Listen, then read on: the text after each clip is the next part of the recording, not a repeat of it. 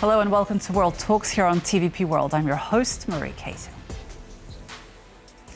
Ukraine's President Volodymyr Zelenskyy is reshaping Ukraine's role on the global stage. He's just concluded his Middle East tour, calling it historic after securing long-term defense partnerships with the Gulf states. The agreements mark a major expansion of Ukraine's security cooperation in the region. To speak about these, I am joined now by Kyra Rudyk, a Ukrainian MP from the Voice Party. Hello, and thank you very much for joining us.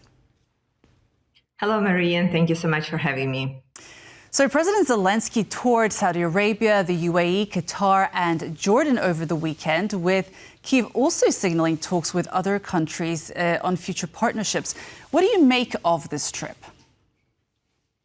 Of course, it is very important that Ukraine right now is taking part in ensuring global security, and Ukraine's experience in security and defense is shown to be really valuable. Most of any country in the world, we know how to take down Iranian drones, and we know how to operate with the limited capacity that we have been doing for the last 4 years. However, the bigger question is how well are the other countries ready to adapt to these new way of technologies, but also the new ways of conducting the war and defending yourself. This requires not only purchasing some drones or some technologies, but actually changing the way how you are creating your own security and defense. And it is very important for everyone to understand this. So Zelenskyy has described these agreements as historic 10-year agreements that are mutually beneficial. It covers everything from military tech to energy supplies. But also he's the first leader to visit the Gulf since the U.S.-Israeli war on Iran. How would you interpret the timing and also the geopolitical importance of this trip? Given that we see that the peace efforts of the United States right now are slowing down because of the war in Iran, we understand that we need to look for more alliances and to strengthen Ukraine's position, given that the leader of the democratic world may be concentrated on something else. It is also a pity that Russia is openly supporting Iran, helping Iran with the intelligence, putting US soldiers into harm's way, but we do not see the strong reactions from the United States. However, Ukraine is being extremely supportive to all the democracies. So right now in this situation, when everybody is picking a side, we want to ensure that we have as many strong leaders as possible on our side. However, here in Ukraine, it is unclear what is Ukraine getting out of those Gulf countries' deals. So is it technologies? Are we getting more cheap energy resources? If so, how they are going to be delivered to Ukraine?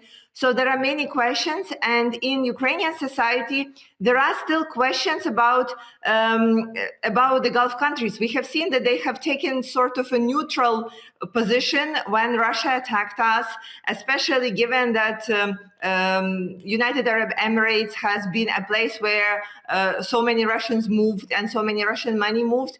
So there is a question that I'm receiving as a member of parliament from people saying, aren't we protecting Russians who are living in UAE right now? And it's a very good question for President Zelenskyy to address. So if I understand you correctly, you're not very clear on the details of these agreements. So we understand that Zelenskyy is looking for interceptor missiles for Patriot systems, but beyond military support, what has he been able to secure on the energy front? Is it diesel supply agreements? What are the details that you are aware of? Unfortunately, Mary, President Zelenskyy is not informing Ukrainian parliament about the details of the deal.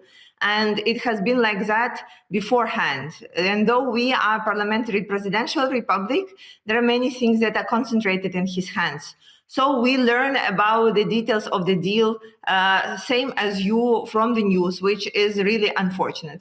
However, what we can assume is that President will be looking, of course, for the ammunition for the air defense systems. This is something that Ukraine needs badly. then we are obviously struggling with the energy supplies as everybody else, especially given how Russia destroyed the majority of Ukraine's energy production this winter.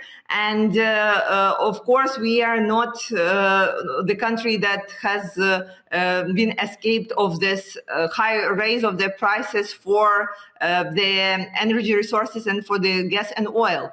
So if President will be able to secure some sort of deal that will help to ease this triangle on Ukrainian people, that would be fantastic. But again, I seriously doubt that there is a quick and cheap way of getting those diesel or oil to Ukraine from the Gulf countries easy and safely. But how do you see this development in terms of can we say perhaps a developing alliance between Ukraine and the Gulf states? How do you perceive this as a Ukrainian, perhaps not as a member of parliament?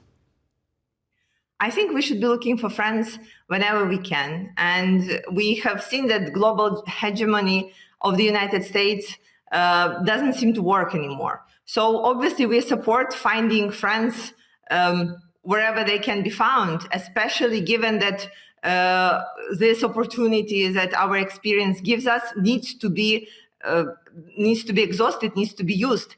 This is why, of course, we support all the attempts to use Ukraine's technologies to provide global security and defense. However, it needs to be more clear to Ukrainian people what are we getting in return. Because, for example, the recent questions that we have received is right now the United States seem to be very slow on pursuing peace deal. However, we already have voted for giving the United States our rare minerals just a year ago. So it's a good question how these global alliances will be moving forward.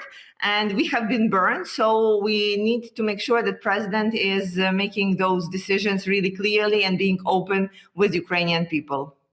I wanted to ask about an interview that was published a few days ago with The Atlantic. The CEO of Rheinmetall rejected the idea that Ukraine had achieved technological breakthroughs with their drones. Instead, he alleged that Ukraine's systems of decentralized production are run by Ukrainian housewives. And he added that they had 3D printers in the kitchen. They produced parts of drones. What was the reaction in Ukraine to that interview and that kind of statement? First of all, it is true. Ukrainian housewives, and not only them, children at school as well, producing drones on their kitchens using 3D printers. That's true. And we are very proud of this because we are all trying to add to our country's defense. We understand that it's either all of us survive or the country and all of us will be destroyed.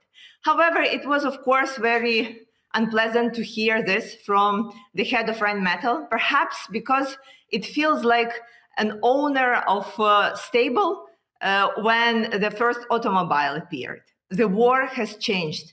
The war has changed since the time when everybody understood how it worked. The new war requires that the army is decentralized, the manufacturing is decentralized.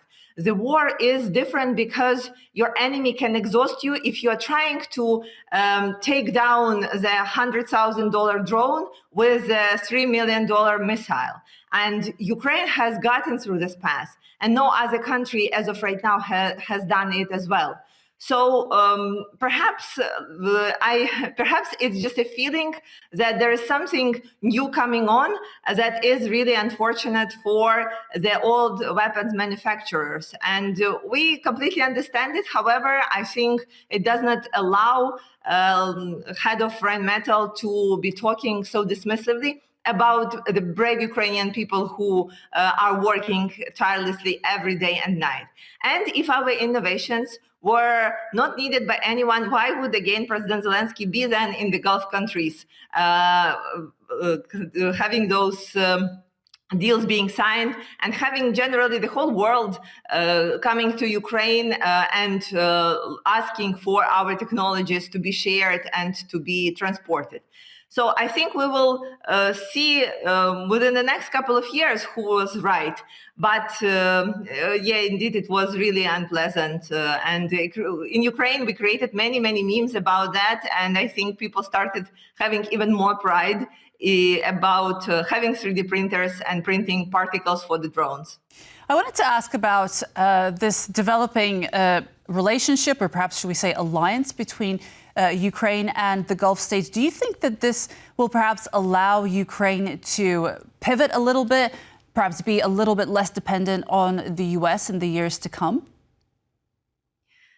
Let's make it very clear. Ukraine is dependent on the United States, aside of the political points, on two massive items. The first one, of course, is the air defense systems and ammunition for that.